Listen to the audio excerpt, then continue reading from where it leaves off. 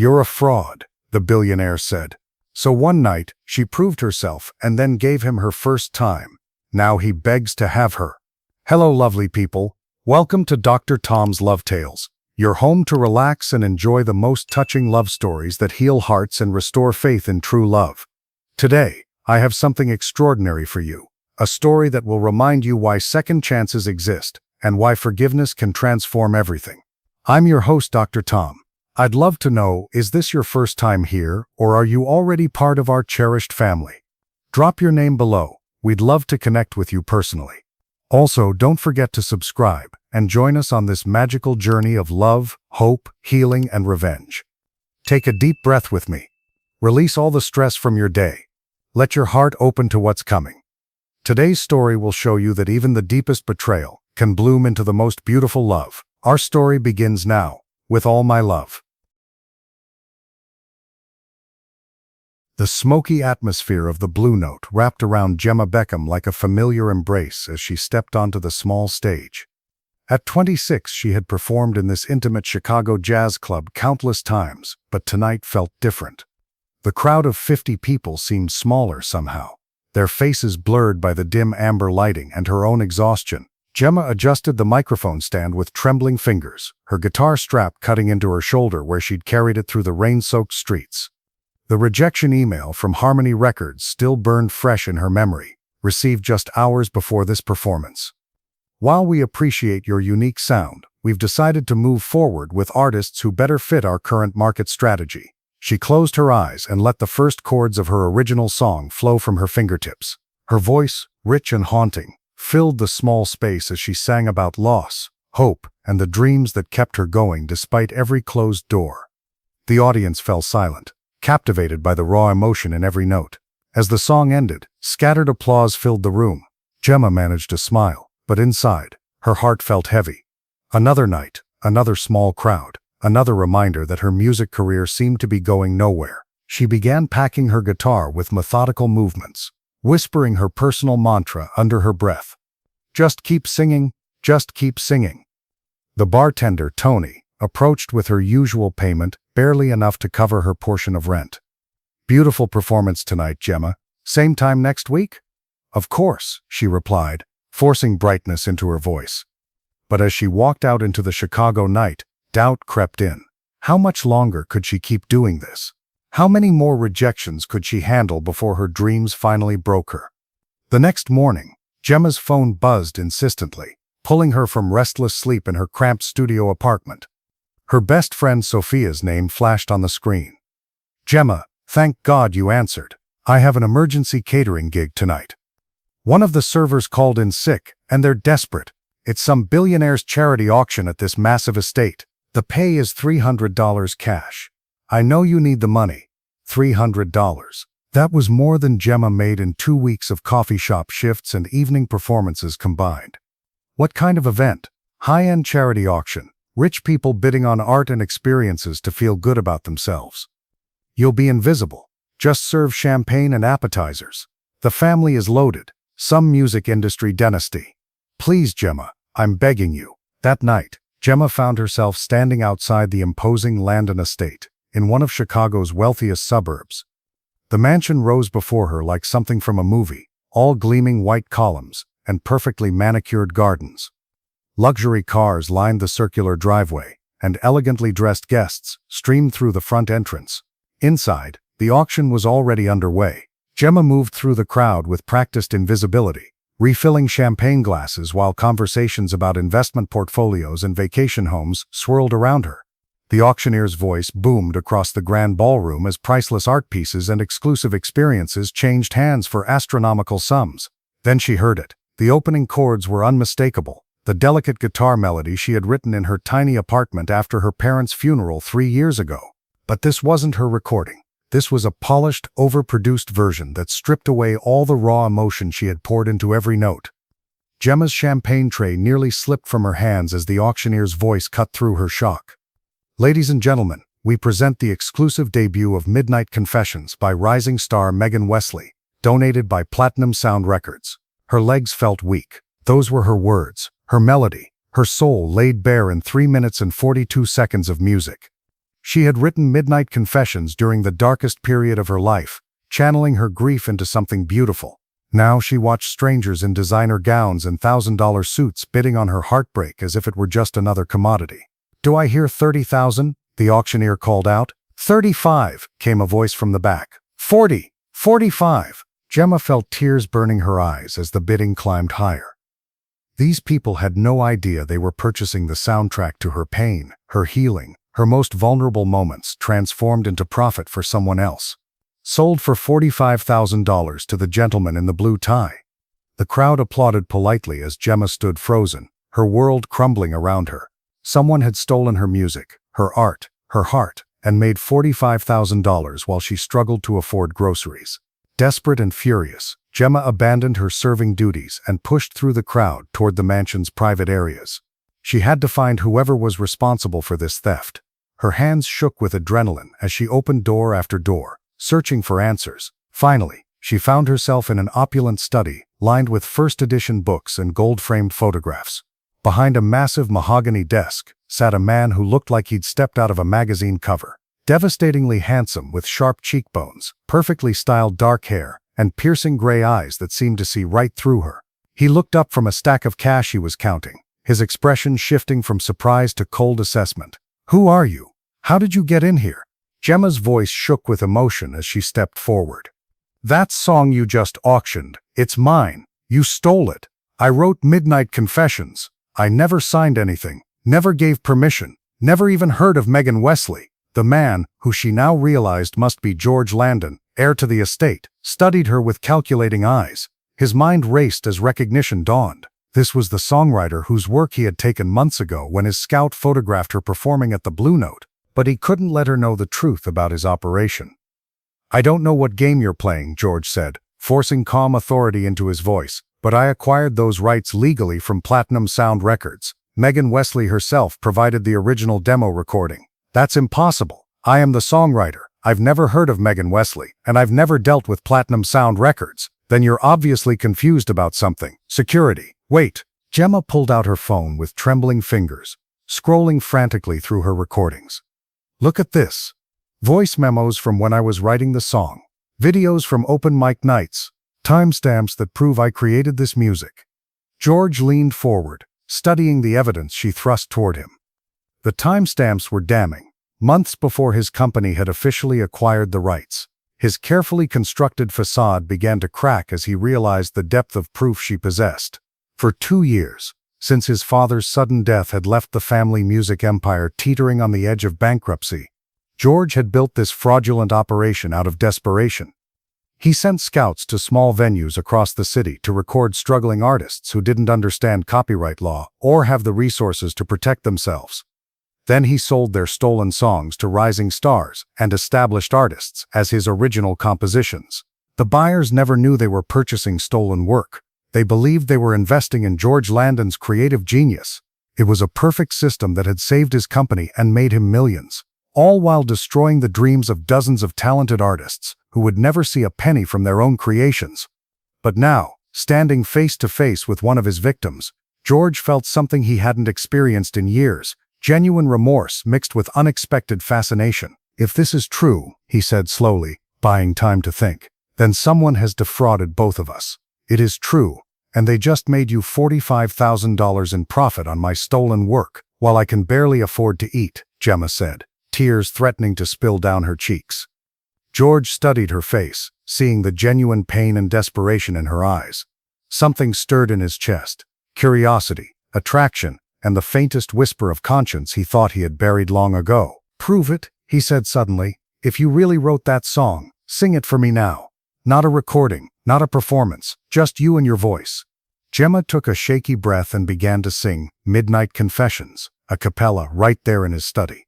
This wasn't the polished version from the auction. This was raw, authentic, filled with genuine pain that no amount of production could replicate. Her voice cracked with emotion, weighted with real loss and hope and the kind of vulnerability that couldn't be manufactured. When she finished, the room fell silent, except for the distant sounds of the auction continuing in the ballroom. George stared at her, stunned. In 2 years of stealing songs from struggling artists, He had never heard such authentic talent, such pure emotional truth in a voice. His business mind immediately began calculating her potential value. With his money and connections, he could market her properly while keeping most of the profits for himself. But beneath the calculation, something else stirred. Something that felt dangerously like genuine admiration. "You really wrote that song," he said finally, his voice softer than before. "I'm George Landon, and it appears I owe you an apology. I'll compensate you for the full auction price and help you track down whoever did this to both of us." As he reached for his checkbook, George's plan began to form. He would win her trust, exploit her incredible talent, and make millions while giving her just enough to keep her grateful and dependent. It was the perfect long-term strategy. He had no idea that Jemma Beckham was about to change everything he thought he knew about love, music, and what really mattered in life. 2 weeks later, Jemma emerged from Skyline Studios feeling like she was walking on air. The professional demo session George had arranged through his connections was everything she had dreamed of. State-of-the-art equipment, talented session musicians, and engineers who treated her music with the respect it deserved. As she stepped outside, clutching the USB drive containing her professionally recorded songs, dark clouds opened up and rain began to fall in heavy sheets. She had no umbrella, no car, and the nearest bus stop was 6 blocks away. She was about to make a run for it when a familiar voice called out, "I thought you might need this." Jemma turned to find George approaching with a large black umbrella, his smile perfectly calculated to appear both charming and concerned. He wore an expensive coat that somehow made him look even more handsome in the gray afternoon light. "George, what are you doing here?" "I wanted to make sure everything went well with the session," he said, opening the umbrella over both of them. "How did it feel to hear your songs recorded properly?" "Like magic," Jemma admitted, her eyes shining with excitement. "I never thought they could sound so complete. They're incredible songs, Jemma. I hope you know that." George's voice carried just the right note of sincerity, though inside he was calculating exactly how to monetize her talent.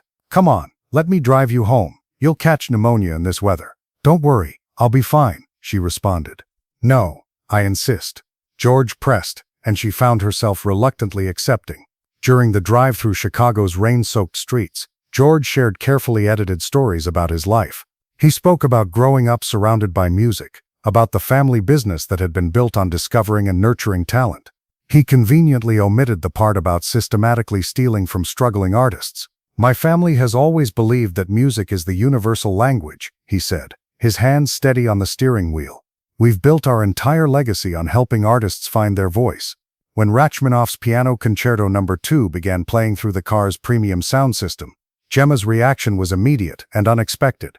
"Oh, this piece," she said, closing her eyes and leaning back against the leather seat. "This sounds like midnight blue with silver edges." When I write songs, I often think about classical pieces that match the emotional landscape I'm trying to create.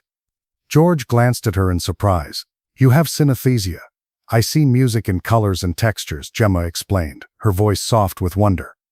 "This Rachmaninoff piece has always reminded me of winter nights, when everything feels both sad and beautiful at the same time." Something genuine stirred in George's chest, a fascination that went beyond his usual calculated interest. He had never met anyone who experienced music the way she did, and despite his ulterior motives, he found himself genuinely curious about how her mind worked. When they arrived at her modest apartment building, Jemma surprised herself by turning to him with an impulsive invitation. "Would you like to come up for dinner? I make a mean pasta with whatever's left in my refrigerator." George's first instinct was to decline. Keeping professional distance would be smarter. But looking at her hopeful expression, he found himself nodding. "I'd love that." Jemma's small studio apartment was a stark contrast to his mansion, but it felt more alive than any space he'd been in recently. Every surface was covered with instruments, guitars leaning against walls, a keyboard in the corner, sheets of handwritten lyrics scattered across a small table.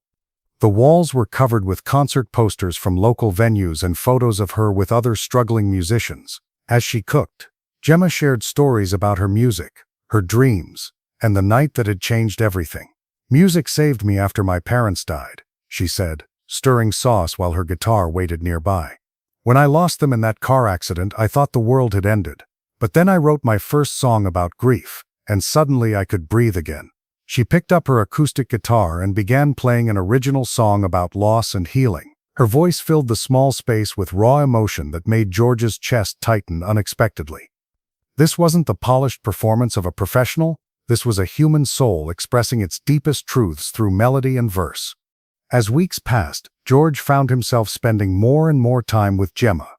What had started as a calculated seduction was becoming something more complex and dangerous to his carefully constructed plans. One evening, as they sat together on her small couch with guitars in their hands, George made an admission that surprised even him. "I used to write songs too," he said quietly, his fingers finding familiar chords. "Before I became the businessman, I was just a kid with a guitar, and too many feelings to keep inside." Jemma looked at him with new understanding. "What happened to that part of you?" "Life happened, responsibility, the need to keep a family empire from crumbling." George's voice carried real pain as he spoke. "Sometimes I wonder who I might have been if I'd chosen music over money. Passion doesn't have to look the way we originally planned," Jemma said softly, her hand covering his. "Maybe it's not too late to find a different path." George began bringing Jemma to industry events, introducing her to producers, executives, and established artists. What started as strategic networking became something else entirely, as he watched other people respond to her talent with the same awe he felt. His pride in her accomplishments felt genuine, real, and completely unexpected. At a charity gala for music education, they found themselves on a balcony overlooking the Chicago skyline. The city lights twinkled below them like fallen stars, and for the first time in months, George felt a moment of peace. "My father died suddenly," he found himself saying, the words coming easier in the darkness. "Heart attack at 58. One day he was there, running the company, making plans for the future. The next day, everything fell on my shoulders." Jemma moved closer, her presence warm and comforting. "That must have been terrifying. I became so focused on saving what he built that I forgot about everything else. The music, the joy, the reason we started the company in the first place." George's voice was raw with honesty. "I became so good at being the businessman that I forgot the music entirely." Back at Jemma's apartment later that night, she showed him her most treasured possession, a box of her father's old sheet music, yellowed with age and marked with his handwritten notes. "He taught me that music isn't about perfection," she said, carefully handling the fragile pages. "It's about truth, about sharing the parts of yourself that you can't express any other way." As she spoke, something fundamental shifted in George's chest. Looking at her surrounded by her father's musical legacy, her own songs scattered around the small space, he felt a connection deeper than anything he had ever experienced. "I'm falling in love with you," he said suddenly, the words tumbling out before he could stop them. The admission shocked him with its honesty. Somewhere along the way, his calculated interest had transformed into something terrifyingly real. Jemma looked up from the sheet music, her eyes wide with surprise and something that looked like hope. "George, I know it's complicated," he continued, moving closer. "I know we come from different worlds, but being with you makes me remember who I used to be, who I wanted to become." "I love you too," Jemma whispered, reaching up to touch his face. "I love the businessman who's trying to save his father's legacy, and I love the buried songwriter who's been hiding underneath all along." When they kissed, it was tender at first, then desperate with weeks of suppressed longing and genuine emotion. Jemma's heart raced as she pulled back slightly, her hands trembling against his chest. "George," she whispered, her voice barely audible, "I need you to know something. I haven't." Understanding dawned in his eyes, and his expression softened completely. "Jemma, are you sure? We don't have to." "I want to," she said, her voice stronger now, filled with certainty. "I've been waiting for someone who makes me feel the way you do. Someone I trust completely."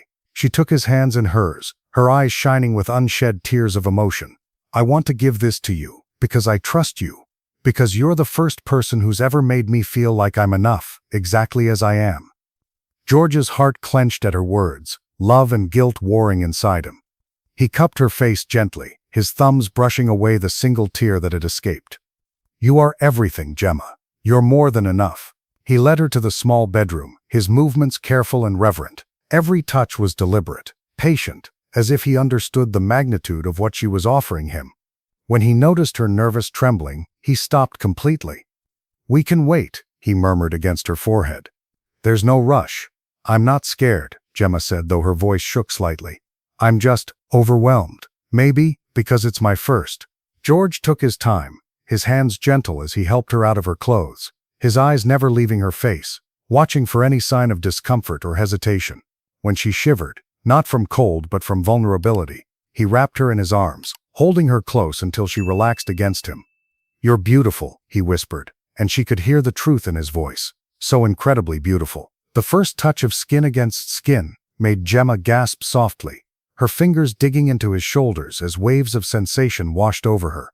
She had imagined this moment countless times, but the reality was so much more intense, so much more emotional than she had ever dreamed. When he finally joined with her, moving slowly, carefully, Gemma's eyes filled with tears, not from pain, though there was some, but from the overwhelming feeling of connection, of giving herself completely to someone who treasured her response.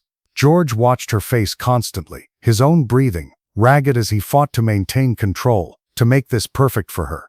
"I love you," she breathed against his neck as they moved together, and George felt something break open in his chest. This wasn't just physical intimacy. This was Jemma offering him her complete trust, her whole heart, her entire self without reservation. Afterward, as they lay tangled in her sheets, Jemma traced patterns on George's chest with trembling fingers. "I never understood," she whispered, her voice full of wonder. "I never understood why people said it changes everything, but it does, doesn't it?" George pulled her closer, pressing his lips to the top of her head. "It does," he agreed, his voice thick with emotion. He felt the weight of what she had given him, not just her body, but her complete faith in who she believed him to be. As she drifted off to sleep in his arms, her breathing soft and even against his chest, George stared at the ceiling in the darkness. Jemma had trusted him with the most precious thing she had to give, had chosen him to be her first experience of love and intimacy. She had looked at him with such pure love, such complete faith in his goodness. The guilt was crushing. This beautiful, trusting woman had given him everything, her songs, her heart, her body, her future, and he had been planning to exploit it all. But now, holding her sleeping form, feeling the lingering warmth of their connection, George knew that whatever game he had been playing was over. He was completely, irreversibly in love with Jemma Beckham, and that love was about to collide with the terrible truth of what he had done. Tomorrow, he told himself, he would find a way to make this right. Tomorrow, he would figure out how to protect both his feelings for her and the empire his father had built. But tonight, he simply held her close and tried to memorize the feeling of being trusted so completely by someone so pure. He had no idea that tomorrow would bring a revelation that would shatter both their hearts, and that the trust she had given him so freely would be the very thing his deception would destroy. This is where the story gets complicated, and I want to hear from you. Have you ever fallen for someone who wasn't who they seemed to be? Share your experience below. The soft morning light filtering through Jemma's bedroom curtains found George sleeping peacefully beside her, one arm still wrapped protectively around her waist. Jemma stirred first, her body tender from their night together, her heart full of a happiness she had never experienced before. She turned carefully to watch him sleep, marveling at how peaceful he looked, how different from the intense businessman she had first encountered. Her throat was dry, and she reached carefully toward the nightstand for her water glass, trying not to wake him. As she stretched across him, his phone, which had been charging beside the bed, lit up with an incoming text message. The bright screen caught her attention, and without thinking, she glanced at it. The message was from someone named Robert. "Landon, we don't have time left. Jemma's previous song is gaining traction. Convince her to sign more songs over. Or better still, why don't we begin our plan of fully using her already? You know we have others to work on." Jemma's blood turned to ice. The water glass slipped from her numb fingers, clattering onto the nightstand. Her breathing became shallow as she read the message again, each word hitting her like a physical blow. Plan of fully using her. Others to work on. The words echoed in her mind as the devastating truth began to sink in. The man she had given everything to, her trust, her songs, her heart, her body, her virginity, had been planning to exploit her all along. Every tender moment, every whispered confession, every gentle touch from the night before, suddenly felt like a well-constructed lie. She quickly captured the evidence before turning to him. "George," she whispered, her voice breaking as tears began to stream down her face. He stirred awake to find her sitting up beside him, his phone clutched in her trembling hands, her face pale with devastation. "Jemma, what?" His eyes fell on the message displayed on his screen and his face went completely white. "Jemma, please, let me explain." Explain what? She said, her voice hollow with pain. Explain that the message is wrong? That you weren't planning to fully use me? She was scrambling out of bed now, reaching for her clothes with frantic movements. I trusted you with everything, George. My songs, my heart, my body. I gave you my first time because I believed you loved me. I do love you, George said desperately, reaching for her as she wrapped herself in a robe. That message, yes, that was the original plan, but everything changed when I got to know you. I love you, Jemma. You have to believe me. How can I believe anything you say? Jemma's voice rose with anguish. How many other artists have you stolen from? How many other people have you lied to? She was pulling on clothes now, her movements jerky with emotion. Was any of it real, George? The recording session, the industry introductions, the way you looked at me when I sang. George's silence was answer enough. Oh God, Jemma whispered, sinking onto the edge of the bed as the full scope of his deception became clear. The song at the auction, you didn't just buy stolen music. You're the one stealing it. You've probably been doing this to artists like me for years. Jemma, please listen to me, George said, his voice breaking. Yes, I was stealing songs. Yes, that was how I planned to use your talent initially. But I fell in love with you. Really, truly in love. Last night meant everything to me. Last night was the biggest mistake of my life, Jemma said, tears streaming down her face. I gave you something I can never get back, George. I trusted you completely. I looked into your eyes and saw forever. And you were just using me. She stood up abruptly, walking to the door. I want you to leave, now, Jemma said, her voice steadier now but filled with pain. And I'm going to expose what you've done. I've already copied evidence. The world deserves to know who you really are. Jemma, if you expose this, it won't just destroy me, George said desperately, following her. Think about all the artists who bought those songs in good faith. Their careers will be ruined too. Innocent people will suffer. Jemma turned to face him, her eyes blazing with hurt and anger. Maybe they deserve to know the truth about what they're singing. Maybe everyone deserves to know who you really are. Please, think about what you're doing. Get out, Jemma said firmly, opening the apartment door. Get out now, or I'm calling the police. George gathered his belongings with shaking hands, the weight of his choices crushing down on him. At the door, he turned back one last time. I know you don't believe me, but I love you. That was real, Jemma. Whatever else was a lie, but that was real. If you loved me, Jemma said quietly, you never would have done this to me in the first place. True to her word, Jemma contacted music journalists within hours of George's departure. Despite her heartbreak, despite the way the scandal would inevitably touch her own reputation, she knew she couldn't let his operation continue. Too many artists like her had suffered, while he profited from their pain. The story broke 3 days later with devastating impact. Music mogul's massive fraud. Years of stolen songs sold to unsuspecting artists. The investigation revealed the scope of George's operation. Dozens of songs stolen from struggling musicians, sold to established artists who had no idea they were purchasing stolen work. Artists who had unknowingly built their careers on stolen music faced their own public scandals. Record labels scrambled to distance themselves from the controversy. The music industry reeled as the full extent of the fraud became clear. George's carefully constructed empire crumbled overnight. Investors fled, lawsuits poured in, and his reputation was destroyed beyond repair. The mansion went up for sale, luxury cars were repossessed, and the family business that had been built over decades collapsed in a matter of weeks. But far more devastating than the financial ruin was the loss of Jemma. George tried everything: flowers, letters, calls, showing up at her apartment, but she had disappeared. Through mutual acquaintances, he learned that she had moved to Nashville, determined to rebuild her career away from the wreckage of their relationship. For 3 years, George lived in exile from the music industry he had corrupted. He sold everything he could to settle lawsuits and compensate the artists he had wronged. He moved to a small, modest apartment where he spent his days writing songs, real songs, honest songs about love, loss, regret, and the hope for redemption. Meanwhile, in Nashville, Jemma struggled to rebuild both her career and her shattered trust. The association with the scandal had initially hurt her prospects, but gradually her authentic talent began to shine through. She performed in small venues, slowly building a following of people who appreciated her raw, honest music. But the betrayal had changed her. The openness and trust that had made her so vulnerable to George's deception was now guarded, protected behind walls she had never needed before. She wrote songs about heartbreak, about learning to trust again, about the price of giving your whole heart to someone who wasn't worthy of it. But now, both Jemma and George had become completely different people, shaped by the consequences of one night when love and deception collided, destroying everything beautiful they might have built together. 3 years had passed when Jemma found herself on the small stage at the Listening Room, one of Nashville's most intimate venues. The space held only about 60 people, but it had become her favorite place to perform, somewhere she could connect directly with her audience, without the artificial barriers of larger venues.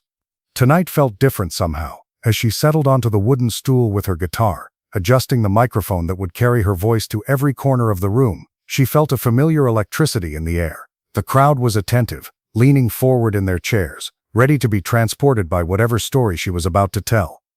"This next song," Jemma said softly into the microphone, "is about learning to trust again, after someone breaks your heart so completely that you forget what love is supposed to feel like." She began the opening chords of a song she had written during her darkest period in Nashville, when the scandal and heartbreak had left her questioning everything she believed about love and human nature. Her voice, now more mature and seasoned than it had been 3 years ago, filled the intimate space with raw emotion that made the room fall completely silent.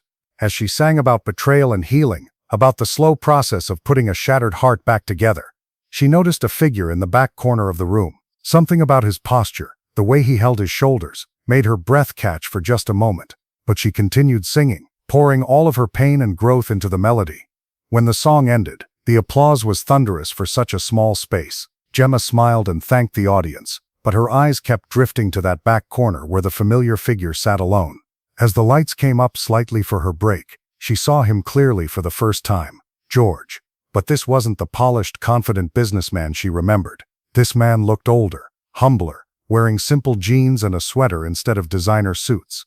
His hair was longer, less perfectly styled, and there was something in his posture that spoke of hard-won wisdom and genuine humility.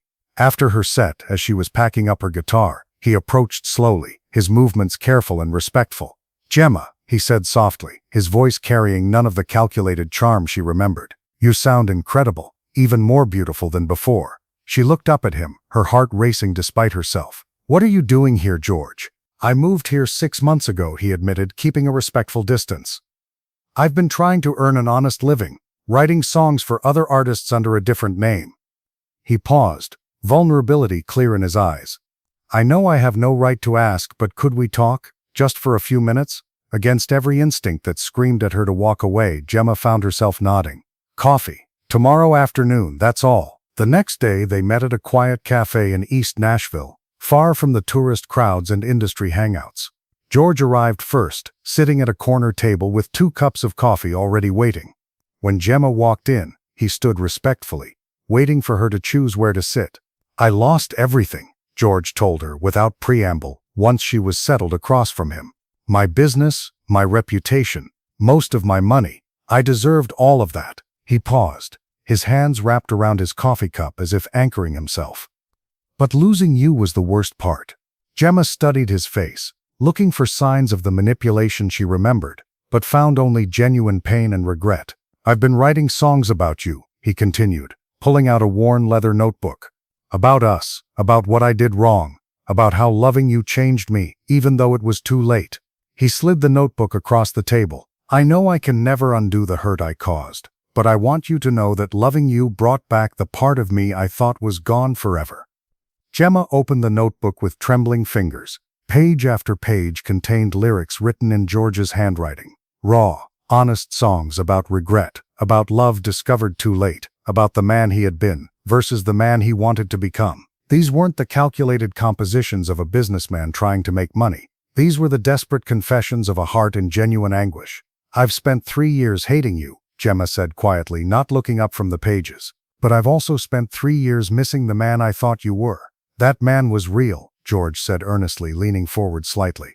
"He just got buried under years of desperation and terrible choices. Loving you brought him back to the surface, even if it happened too late to save us." "How do I know you're not just playing another game?" Jemma asked, finally meeting his eyes. "How do I know this isn't just another calculated move to get something you want?" "Because I have nothing left to gain," George replied simply.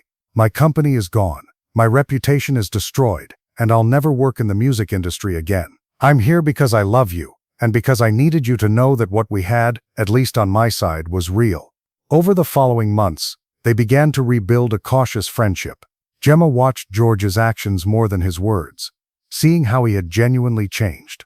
He worked honest jobs to support himself, teaching guitar lessons to children, helping elderly neighbors with odd jobs, volunteering at a local music therapy program for trauma survivors. Most importantly, she saw how he now helped struggling artists instead of exploiting them. When he encountered young musicians facing the same desperation he had once taken advantage of, he used his remaining industry knowledge to guide them toward legitimate opportunities and away from predatory contracts. "I can't bring back the artists I hurt," he told Jemma one evening as they walked through Centennial Park after attending an open mic night together. "But I can try to prevent other young musicians from making the same mistakes I did, or from falling victim to people like I used to be." Gradually, Jemma began to see evidence of genuine transformation. This wasn't the smooth-talking businessman who had seduced her with calculated charm. This was a man who had been broken by his own choices and had slowly, painfully rebuilt himself into someone worthy of respect. One evening, as they sat together in her small Nashville apartment, not so different from her old Chicago place, writing songs and sharing quiet conversation, Jemma looked at George and felt something she had thought was gone forever, the stirring of real trust.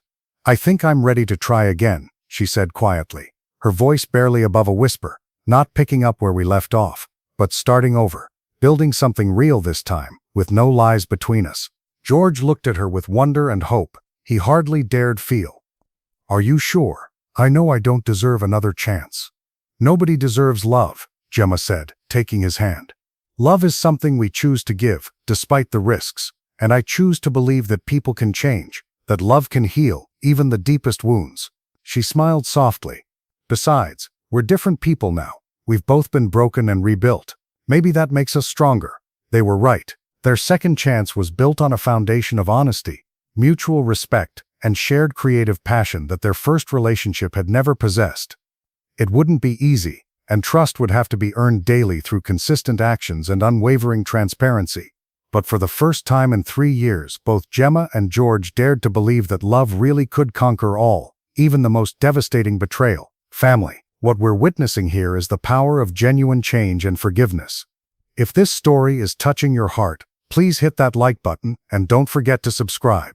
6 months after they had cautiously begun their second chance, Jemma and George took the stage together for the first time at the Bluebird Cafe, Nashville's most legendary songwriter venue. The small, intimate space was packed with industry professionals, fellow musicians, and devoted fans who had followed Jemma's journey from the scandal to her current renaissance. George sat behind a simple acoustic guitar, his role clearly supportive rather than dominant. This wasn't about him reclaiming any spotlight. This was about creating something beautiful together, something that honored both their individual talents and their shared story of redemption. When they began their first song, a haunting ballad about forgiveness and second chances, the room fell completely silent. Jemma's voice, now richer and more emotionally complex than ever, wove seamlessly with George's harmonies and guitar work. His musical instincts, buried for years under business calculations, had returned with a depth and maturity that only comes from genuine suffering and growth. The magic was undeniable. Jemma's authentic storytelling, her ability to transform personal pain into universal truth, combined with George's rediscovered musical intuition to create something neither could have achieved alone. Their chemistry on stage was electric, but it was built on real trust and mutual respect, rather than the calculated seduction of their past. Word spread quickly through Nashville's tight-knit music community. Within weeks, they were performing at larger venues, then being invited to open for established acts. Record labels began reaching out, but this time, Jemma and George approached every opportunity with complete transparency and careful consideration. "We're not interested in fame for its own sake," Jemma told the executives who courted them. "We want to share our story because we believe it can help people heal, help them believe in second chances and the power of genuine change." When they finally signed with an independent label that understood their vision, they began work on their first collaborative album. They called it Second Chances, and every song told a piece of their story: the betrayal, the devastation, the long journey through guilt and forgiveness, and the cautious rebuilding of trust and love. Second Chances resonated with audiences in ways that surprised even Jemma and George. Their honest portrayal of love, loss, and redemption touched people who had experienced their own betrayals and disappointments. Fans wrote letters and posted messages about how the album had helped them forgive estranged family members, rebuild relationships after infidelity, and believe in the possibility of change. The lead single, Rebuilt Trust, became an anthem for anyone who had ever loved someone despite their flaws, despite their past mistakes. The lyrics spoke directly to the complicated reality of loving someone who had hurt you deeply, but who had genuinely transformed themselves through that pain. Radio stations picked up their music not because of manufactured drama or marketing manipulation, but because the songs spoke to universal human experiences with rare honesty and beauty. Music critics praised their authenticity, noting how refreshing it was to hear artists who were willing to be vulnerable about their imperfections and growth. As the album climbed the charts, Jemma and George found themselves invited to perform on national television shows, at major music festivals, and in concert venues they had only dreamed of. But success felt different this time, earned rather than stolen, built on truth rather than deception. 2 years after that first performance at the Bluebird Cafe, Jemma and George stood in the wings at Madison Square Garden, preparing to take the stage in front of 20,000 fans. The venue was sold out, with thousands more watching via livestream around the world. "I can't believe we're here," Jemma whispered, adjusting her guitar strap with hands that trembled slightly from excitement rather than nerves. "We earned this," George replied, his voice filled with wonder and gratitude. "Every broken heart, every sleepless night, every moment of doubt led us here." When they walked onto the stage, the roar from the crowd was deafening. 20,000 people on their feet, cheering for two artists who had found their way to this moment through the most unlikely path of betrayal, forgiveness, and redemption. They opened with Midnight Confessions, the song that had started everything, now transformed from a stolen piece of heartbreak into a celebration of artistic integrity and love's power to heal. The crowd sang along to every word, their voices creating a chorus that filled the massive arena with pure emotion. For their final song, they performed Rebuilt Trust, and the entire audience became part of the performance. 20,000 voices joining theirs in the chorus about learning to love again after being broken. As the song reached its climax, Jemma stepped to the microphone. "Ladies and gentlemen," she announced, her voice carrying clearly through the arena, "my partner in music and in life, George Landon." The crowd erupted as George stepped forward, no longer hiding in the background, but standing proudly beside the woman who had saved his soul. But then, to Jemma's complete shock and the audience's growing excitement, George dropped to one knee right there on the Madison Square Garden stage. Jemma Beckham, his voice carried through the arena's sound system as he pulled out a simple, elegant ring. "You saved my soul. You made me remember who I was meant to be, and you gave me the greatest gift anyone has ever given me, a second chance at love. Will you marry me?" The arena fell silent for a heartbeat before Jemma's tearful yes echoed through the massive space. The crowd absolutely exploded. 20,000 people on their feet, screaming, crying, celebrating this moment of pure love and redemption. But not everyone in that crowd was celebrating. Sitting alone in the upper section, partially hidden by shadows, Bella Martinez watched the scene unfold with a heart full of bitter poison. At 28, she should have been at the peak of her career, but instead she worked double shifts at a downtown diner just to pay rent on a studio apartment that smelled like mold and broken dreams. 3 years ago, Bella had been a rising star. Her debut album, built entirely on songs George had stolen and sold to her record label, had been climbing the charts. Critics called her the next big thing, and her future had seemed limitless. Then the scandal broke, and everything crumbled. The songs that had made her famous were revealed as stolen property. Her record label dropped her immediately. Radio stations stopped playing her music, and her reputation was destroyed overnight. While George Landon faced consequences for his theft, Bella, an unknowing victim herself, was treated by the public as complicit in the fraud. Now she watched him propose to the woman he loved while 20,000 people cheered, while millions more watched online, while his career flourished again. The bitter irony wasn't lost on her. George had rebuilt his life and found love, while she couldn't even get an audition at the smallest venues. As the crowd around her celebrated and couples kissed and strangers hugged with tears in their eyes, Bella felt something dark and cold settle in her chest. She had tried to rebuild, tried to forgive, tried to move forward, but watching George Landon get everything he wanted while she suffered for his crimes was more than she could bear. "You don't get to be happy," she whispered to herself as confetti fell from the arena ceiling and the crowd continued their thunderous applause. "You don't get to have everything while I have nothing."